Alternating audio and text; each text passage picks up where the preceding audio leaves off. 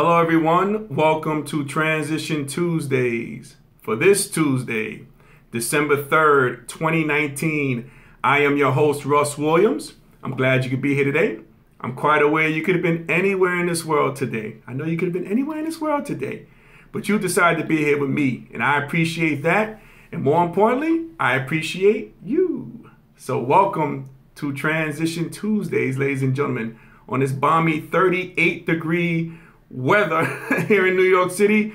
Last Tuesday it was like 60 degrees. Now it's 38 degrees. I tell you, this weather is phenomenal. But let's get started with the show. I want to introduce my co-host, who just happens to be my mom. Ladies and gentlemen, the lovely and talented Miss May. Miss May, Ma, how are you today? Oh, fine. Hello, everyone. There we go. I know we're ready to go. Hello, Ma, to you. How you doing? You doing good? Good. Good. Let's see who we got on hand so far, Ma. We got Kennard joining us. What's going on, Kennard? We got John joining us as well. Welcome, guys, to Transition Tuesdays. Glad to have you both here. And we should be expecting more people to come as well. But, yeah, Ma, before I start the show always, I like to really state my intentions for the show. Mm-hmm. And my intentions here as your host of Transition Tuesdays, my intentions are to give you the opportunity and the place to laugh, smile, think, and engage in honest conversations about your life's transition. So that's what we do here. That's the intentions here of Transition Tuesdays. So before we begin the show, Ma, I just wanted to recap Thanksgiving. How was your Thanksgiving, Ma? You had a good Thanksgiving? Oh, yes. Had a wonderful Thanksgiving. Yeah, we did. Very quiet. Very quiet. Yup. Very nice. A lot of food, a lot of good food. My mom, Miss May, made some good wings. She made some good turkey wings. That was really good, Ma. That really hit the spot. That was really good there. Turkey. Yeah, nice touch. Yup. We had my brother Ellis over and his girlfriend Jeannie over too. So we had a good time. We had, we listening to some James Brown, right, Ma? We listened to James Brown. Yeah. We listening to Bobby Womack. Who else did I play for you guys? Isaac Hayes, Black Moses. I played some Black Moses as well. We got Keisha joining us. Welcome, Keisha, here at Transition Tuesdays. And so, yeah, we had some good time, good conversation. We got a chance to watch some, watch some football and some basketball. Yeah, so that was good. We had fun. We did have a lot of fun. A lot of fun. Yep. Absolutely. We got thankful. Yes, absolutely. Yes. Yeah. Very thankful. Absolutely. Yes. We got Mike joining us. What's going on, Mike? One of Jostin's finest joining us. Oh, Mike Wester joining us here today on Transition Tuesdays. So, yeah, that was the recap of Thanksgiving. I wanted to know how you guys' Thanksgiving was. I'm sure hopefully you got a chance to spend time with your family, loved ones, and everything. Got a chance to eat, drink, and be merry, right? Yeah. I guess. Yep, for this festive time, season greeting. So, yeah, that was good. And be thankful. And to be thankful, most importantly. Absolutely, Ma. Yep, to be thankful. So, so that was our Thanksgiving. Want to know how your Thanksgiving went as well. But, Ma, there's a lot of transition going on here on Transition Tuesdays. Oh, you realize that, Ma? Absolutely. There is a lot of transition. So let's start first off, ladies and gentlemen, I want to chat about Carmelo Anthony. I want to give out those fans of the NBA, going to give him a little bit of shine. So Carmelo Anthony was named NBA's Western Conference Player of the Week for this past week, week 6 of the NBA. Oh, Carmelo Anthony, Mom. Oh, I'm happy for him. Hoodie Melo, yes. And I just want to recap what went on. So this is an amazing feat because Melo previously hadn't played in 18 months. He hadn't played in 18 months after getting released by the Houston Rockets.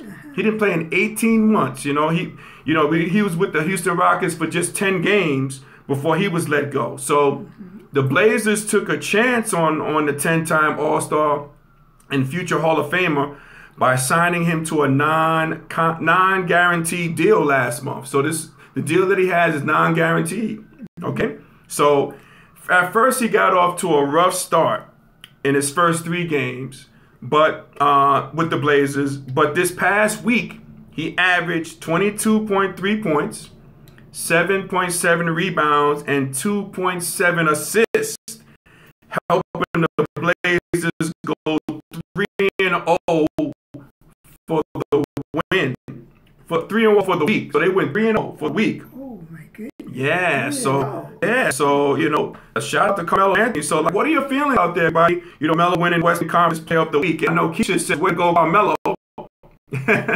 Yeah, so that's good stuff. So you hear that? That's some really good stuff, Carmelo Anthony, right?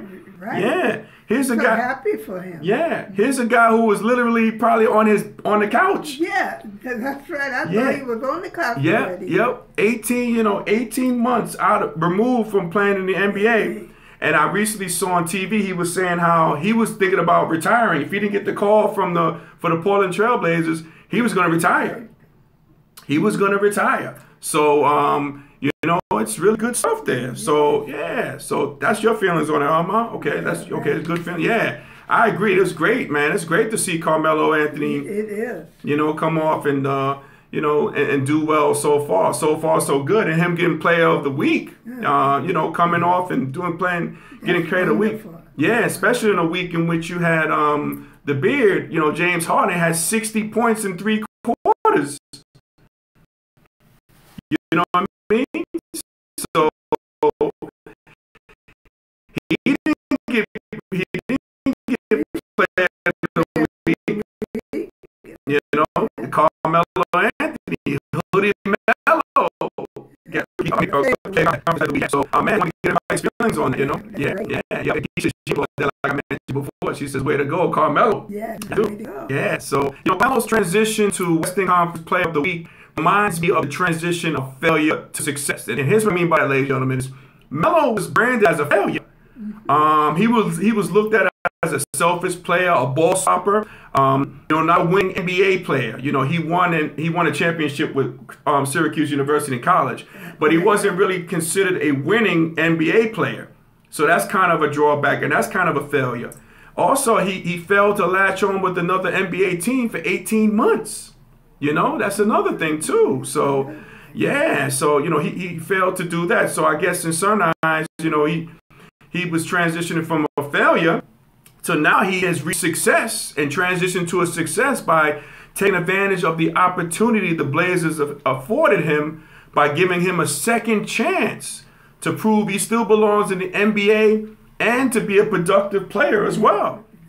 So, this success led Carmelo to becoming the Western Conference Player of the Week for Week 6 of the NBA. So he is, again, guys, transitioning from failure to this success. Yeah. Now, we got Melody joining us here on Transition Tuesdays. Thank you for joining us here on Transition Tuesdays. And we got a call, somebody calling us. They don't realize we're doing the show live here. So, should I get it? No, I'm just going to hang up, right, Mom? Because I don't know who this is. Okay. Okay, we'll do that. Sorry about that, ladies and gentlemen. We're trying to do a live show here, right, Mom? Jesus Christ. Yeah. All right. Now, so, again, we got Kimberly joining us here. Welcome, Kimberly. Welcome for joining us here. I think Kimberly is the first time Kimberly has watched the show.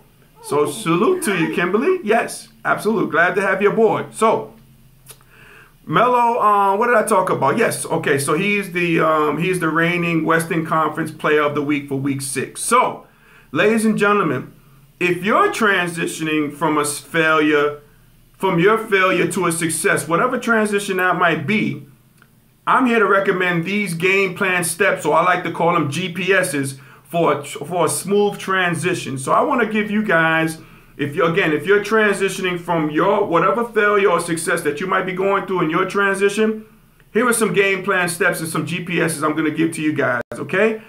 The first GPS or game plan step I like to say is check your ego at the door. Okay, check your ego at the door. Now, very important. Very important. Yes, it is, Ma. You make that good point. We got Calvin joining us, Calvin Thompson joining us, Howard's finest and New Orleans' finest joining us today. What up, Calvin? What up, CT?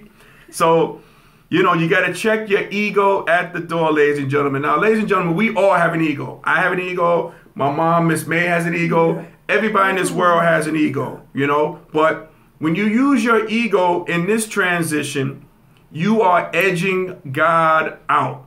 Okay, let me repeat that. You are edging God out. The analogy for ego, EGO, is edging God out. So every time you use your ego, you're edging God out. So think about that. So let's go back to Melo.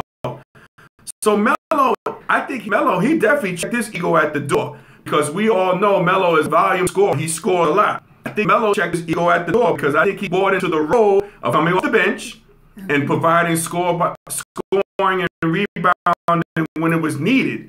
So he checked his ego at the door. He didn't edge God out, okay? He checked his ego at the door. And he's providing veteran leadership in the locker room for those players. And when you're doing that, you know, you're using your ego. Yeah, right. You know, you're conforming into the role that the team has for you. So that's the first GPS, ladies and gentlemen. Check your ego at the door. And I will say this as well, too, guys. If Carmelo Anthony reverts back to thinking about, about his ego and saying like, okay, I got this figured out now. I can use my ego. I'm going to be scoring like this.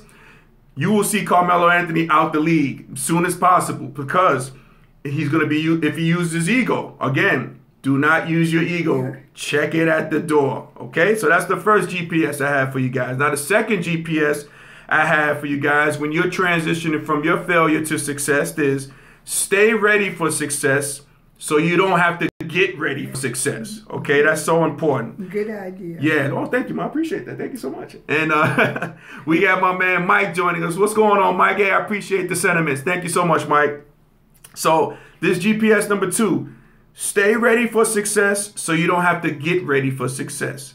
And this includes staying ready mentally, physically, and emotionally. Okay, these 3 things are very important because I'm not sure if you know, Mom, in football, there's 3 stages to football, 3 phases to football. You got offense, you got defense, and you got special teams, okay?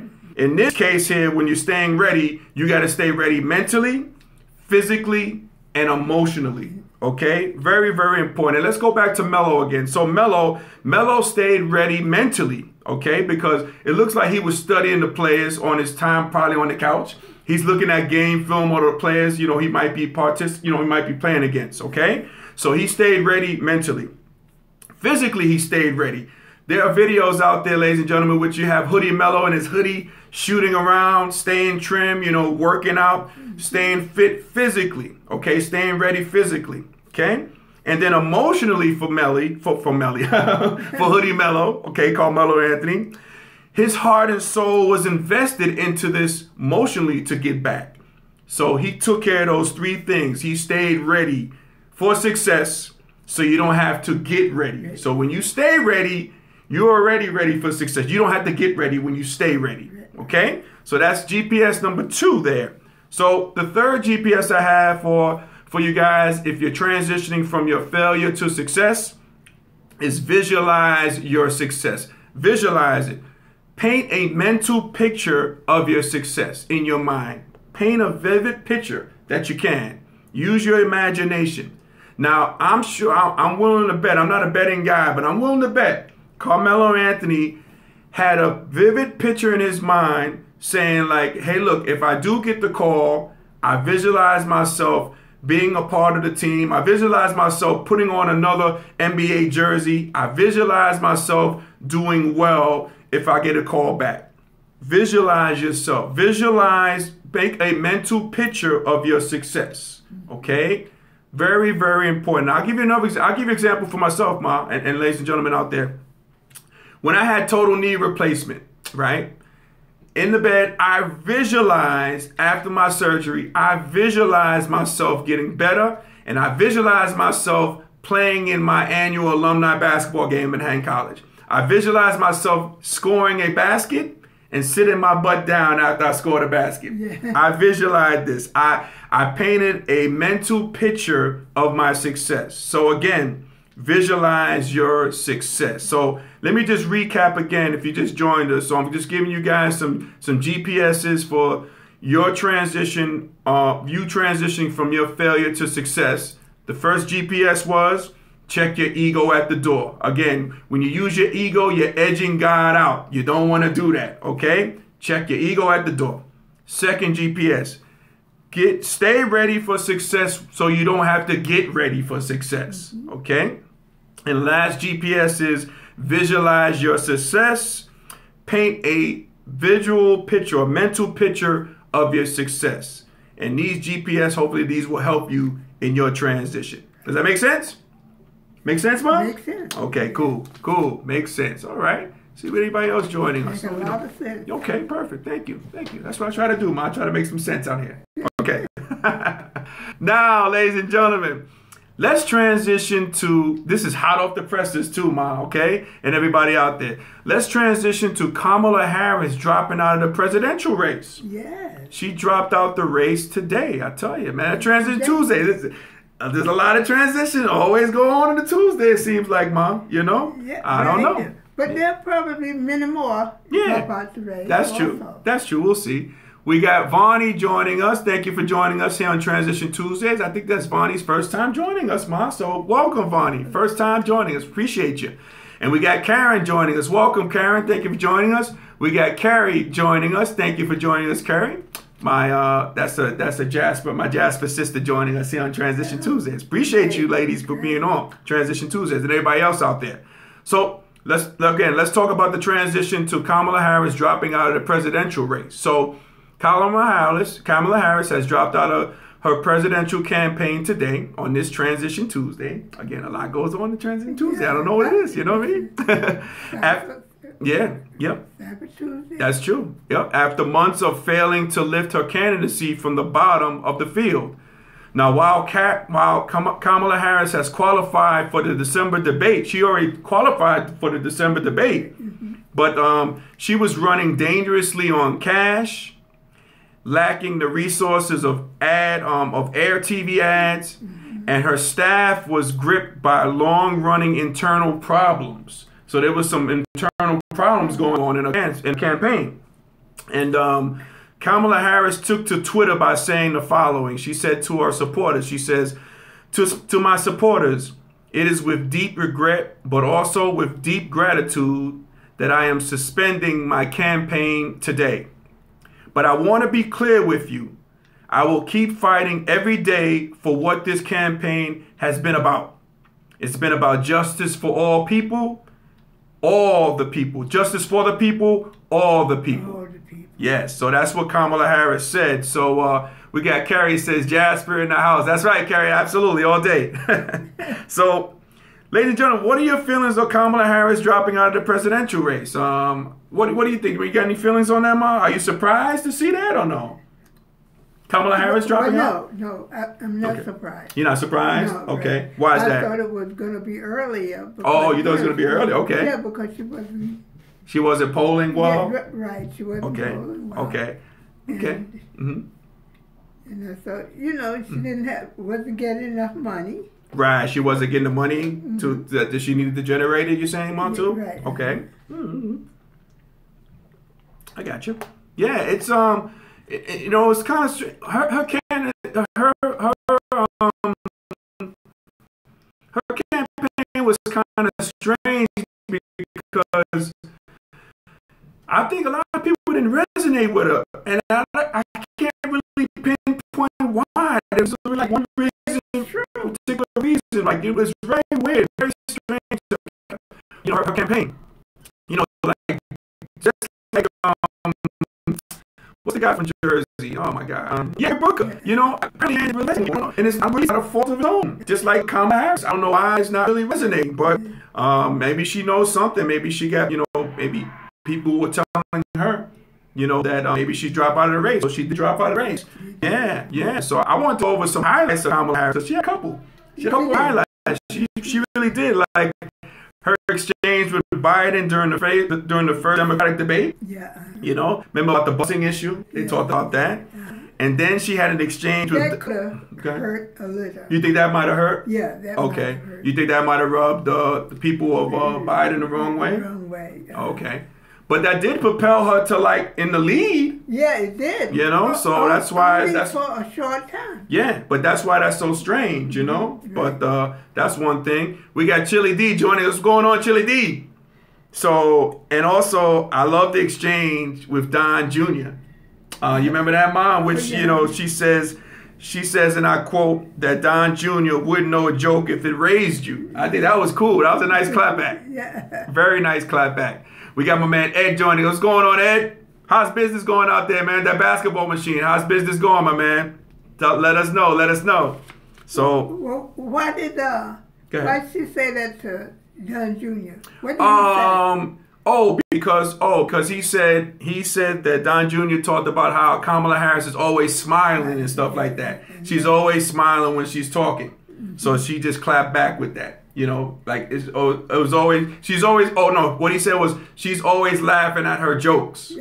So that's why she said back, you know, you wouldn't know a joke if it raised you. Right. And that was funny. That's a great clapback. So she might be the clapback queen. I don't know. I love it. She might be the clapback queen. Funny. Yeah, that was fun. So yeah, I hate to see Kamala Harris go, but it got me thinking what Kamala Harris's transition is going to look like. You know, again, talk about visualizing the picture, right? And I got a couple of thoughts on that, what her transition is going to look like, Kamala Harris, because this is new, this is fresh, this is new. So her transition is going to consist of a transition team. And they're probably going to call it a Team Kamala. You know, she's going to probably have a list of people, advisors helping her out, making this transition, back to what she was doing. Yeah, we go about that. Yeah. Mama, don't jump the gun. Hold on, I got this out there, okay? I like the way your mind is working. I love that, okay? So we have, it consists of a transition team, okay? You got Team Kamala. I think that's what they're going to name it, okay? The transition team will develop a transition game plan, okay? There's going to be a game plan for Kamala Harris, okay? And this game plan will contain what's next for Kamala Harris, this transition game plan.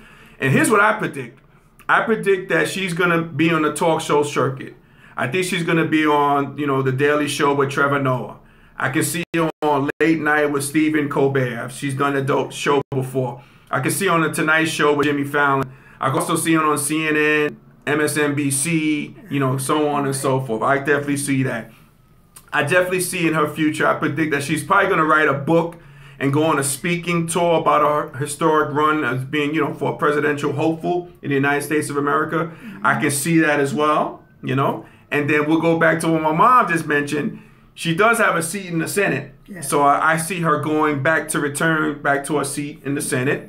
And then she'll... hope so. Yeah, I think she will. And she will have a vote in the upcoming impeachment hearing on number 45.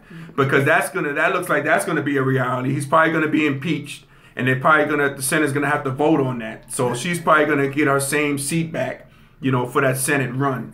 So I can see her doing that. So, this is what her transition will look like. And me personally, I think Kamala Harris will transition to higher heights. I think this is not gonna be the last that you hear from Kamala Harris. I think this is only the beginning for her. I think she really showed herself to be a leader by her running for president of the United States. And I think it's nothing to go but up from here. Right. And sometimes, ladies and gentlemen out there, sometimes looks like, she had the look on her face like she just wanted to just go home. Go home, sleep in your own bed, because this is a grueling process. Yeah.